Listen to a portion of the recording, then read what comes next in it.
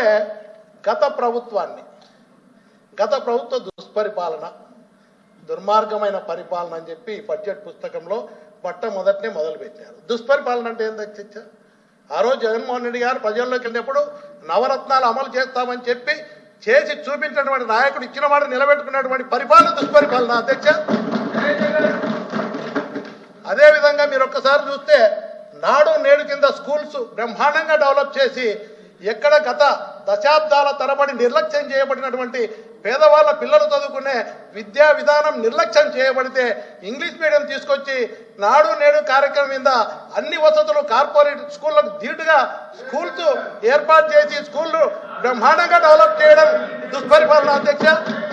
నాడు నేడు కింద మెడికల్ కాలేజ్ తీసుకొచ్చి నిర్లక్ష్యం చేయబడినటువంటి గవర్నమెంట్ హాస్పిటల్ను బ్రహ్మాండంగా డెవలప్ చేసి కొత్త మెడికల్ కాలేజ్ 17 మెడికల్ కాలేజ్ తీసుకురావడం దుష్పరిపాలన అధ్యక్ష. ఈ విధంగా గ్రామ సచివాలయ వ్యవస్థ తీసుకొచ్చి రైతు భరోసా కేంద్రాలు ఏర్పాటు చేసి మహాత్మా గాంధీ కలలు ఉన్నటువంటి గ్రామ స్వరాజ్యం రావాలని చెప్పి పేదవాడి ఇంటికే పరిపాలన అందించి విధంగా సచివాలయ వ్యవస్థ రైతుకు చెంతకే ఇత్తనం కాడ నుంచి పంట అమ్ముకునే వరకు కూడా ఒక మంచి పరిపాలన అందించి రైతుకు అండగా ఉంటూ రైతు భరోసా కేంద్రాలు ఏర్పాటు చేసి సచివాలయ వ్యవస్థ తీసుకొచ్చి వాలంటీర్ వ్యవస్థ ద్వారా ఒక మంచి పరిపాలన అందిస్తే అది దుష్పరిపాలన అధ్యక్ష.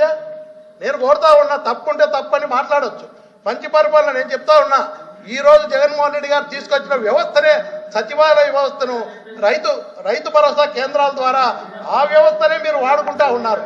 ఆ వ్యవస్థనే మీరు ఉపయోగిస్తూ ఉన్నారు. ఆ వ్యవస్థనే మీరు ఉపయోగిస్తూ ఉన్నారు అధ్యక్ష.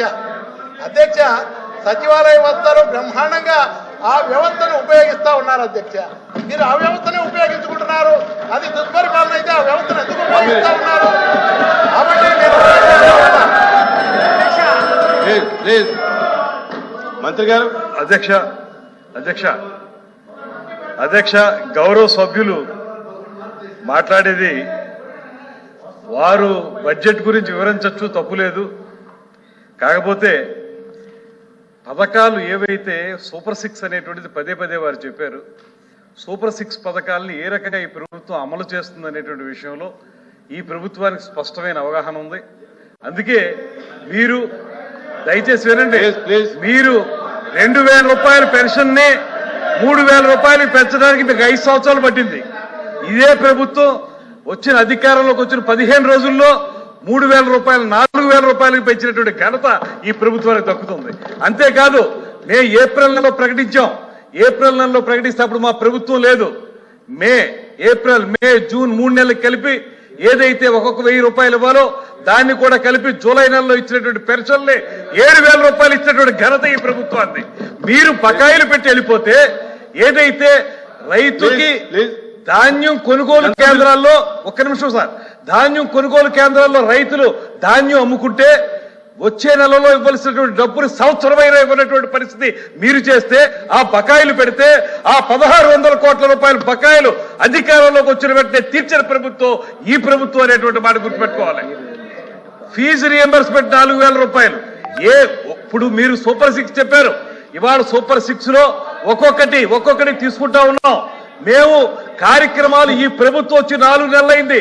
మీరు 5 సంవత్సరాల్లో చేయలేని పనుల్ని 4 నెలల కాలంలో మొదలుపెట్టాం. అన్నప్రాసన నాడే ఆవకాయలను తినేస్తానంటే మీరేమీ చేయలేకపోయారు తింటామని. ఇవాళ మేము చెప్తా ఉన్నాం, 4 నెలల కార్యక్రమంలో ఒక్కొక్కటి ప్రారంభించుకున్నాం. ఒక పక్కన ఫీజు రియంబర్స్మెంట్, ఒక పక్కన పెన్షన్లు. ఎవరైతే మంచానికి అంటి పెట్టుకుపోయి ఉన్నటువంటి దివ్యాంగులు ఉన్నారో వాళ్ళకి మీరు ముష్టి 3000 రూపాయలు ఇచ్చారు. ఇవాళ 15000 రూపాయలు ఇచ్చినటువంటి ఘనత ఈ ప్రభుత్వాన్ని. వారికి మేము అందిస్తా ఉన్నాం. ఎక్కడి నుంచి తీసుకొస్తా ఉన్నాం? మీరు అప్పులు చేసి వెళ్ళిపోతే ఆ అప్పులు తిప్పలు మేము పడుతున్నాం. దాంతో పాటు రైతులను ఒక పక్కన, యువతను మరో పక్కన, నిరుద్యోగులను మరో పక్కన, మీరందరికీ కావాల్సిన దీపం పథకం కార్యక్రమం ఇవన్నీ చూసుకుంటే ఈ ప్రభుత్వాన్ని మెచ్చుకోవాల్సిన పోయి ఈ రకంగా మీరు చేయటం కరెక్ట్ కాదనేటువంటి మాట చెప్తా ఉన్నాం. దయచేసి బడ్జెట్ మీద ప్రసంగం కూర్చోండి. బడ్జెట్ మీద ప్రసంగం చేసేటప్పుడు మంత్రులు ఇన్వాల్వ్ అయ్యి ఏదన్నా ఉంటే క్లారిఫికేషన్ కానీ సజెషన్ కానీ ఇవ్వండి, తప్పేం లేదు. కానీ మీరు మొత్తం రిప్లైలు ఇవ్వండి. మీరు ప్రభుత్వం ఏమి ఇవ్వాలనుకుంటున్నారు అనేది టోటల్ గా రిప్లైలు ఇవ్వండి.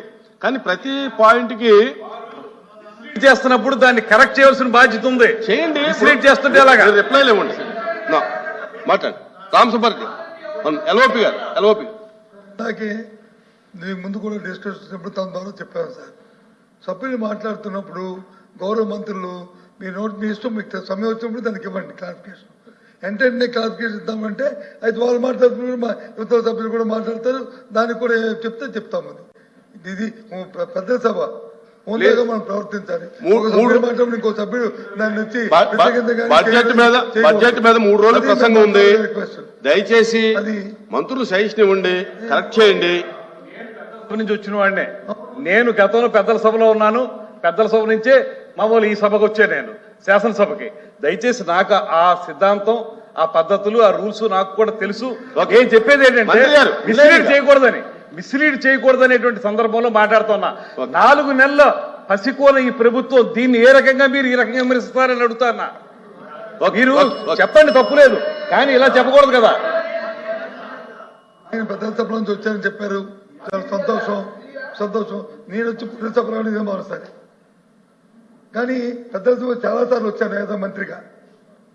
సాంప్రదాయాలు అక్కడ ఉన్న తెలుసు కాబట్టి దాన్ని బట్టి కూడా మీ ద్వారా తెలియజేస్తాను. అంత తప్ప ఇంకా కాదు. ఒక సభ్యుడి మాట పక్కనే స్పీకర్ గా చేసిన ఆయన మనోహర్ గారు కూడా ఉన్నారు.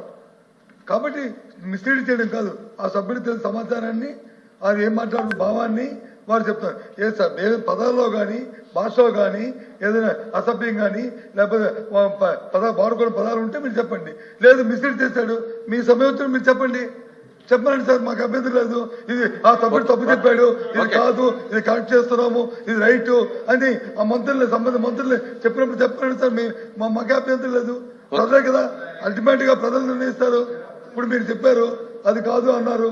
ఇందాక వచ్చి ఆ సభ్యుడు అడిగాడు ఏమని, 3 సిలిండర్లు అంటే మీరు 2,400 కోట్లు బడ్జెట్ పెట్టామన్నారు. ఆయన 4,000 కోట్లు కావాలని ఎందుకు కావాలన్నాడు? ఆయన ఉద్దేశంలో హౌస్ హోల్డ్స్ అన్నారు కాబట్టి ఈ రాష్ట్రంలో 1,50,00,000 ఉన్నాయి కాబట్టి అన్నారు. కానీ మీరేమన్నారు? మీ ఉద్దేశంలో 1,07,00,000 అనుకున్నారు. ఓకే, 1,07,00,000 కూర్చోండి.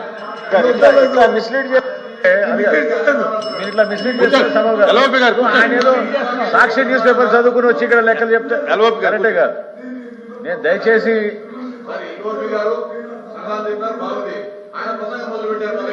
కూర్చోండి. మీరు కూర్చోండి. ఓకే. రామ్ సుబ్బారెడ్డి గారు.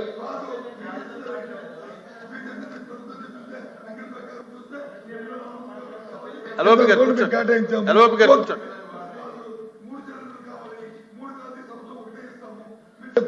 ఓకే, అది మీ ప్రభుత్వ విధానం, అది చెప్పండి. మీకు కాదనలేదే.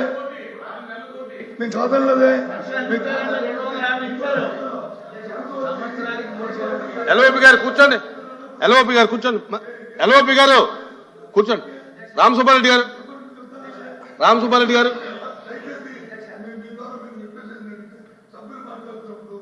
ఆ సమయాన్ని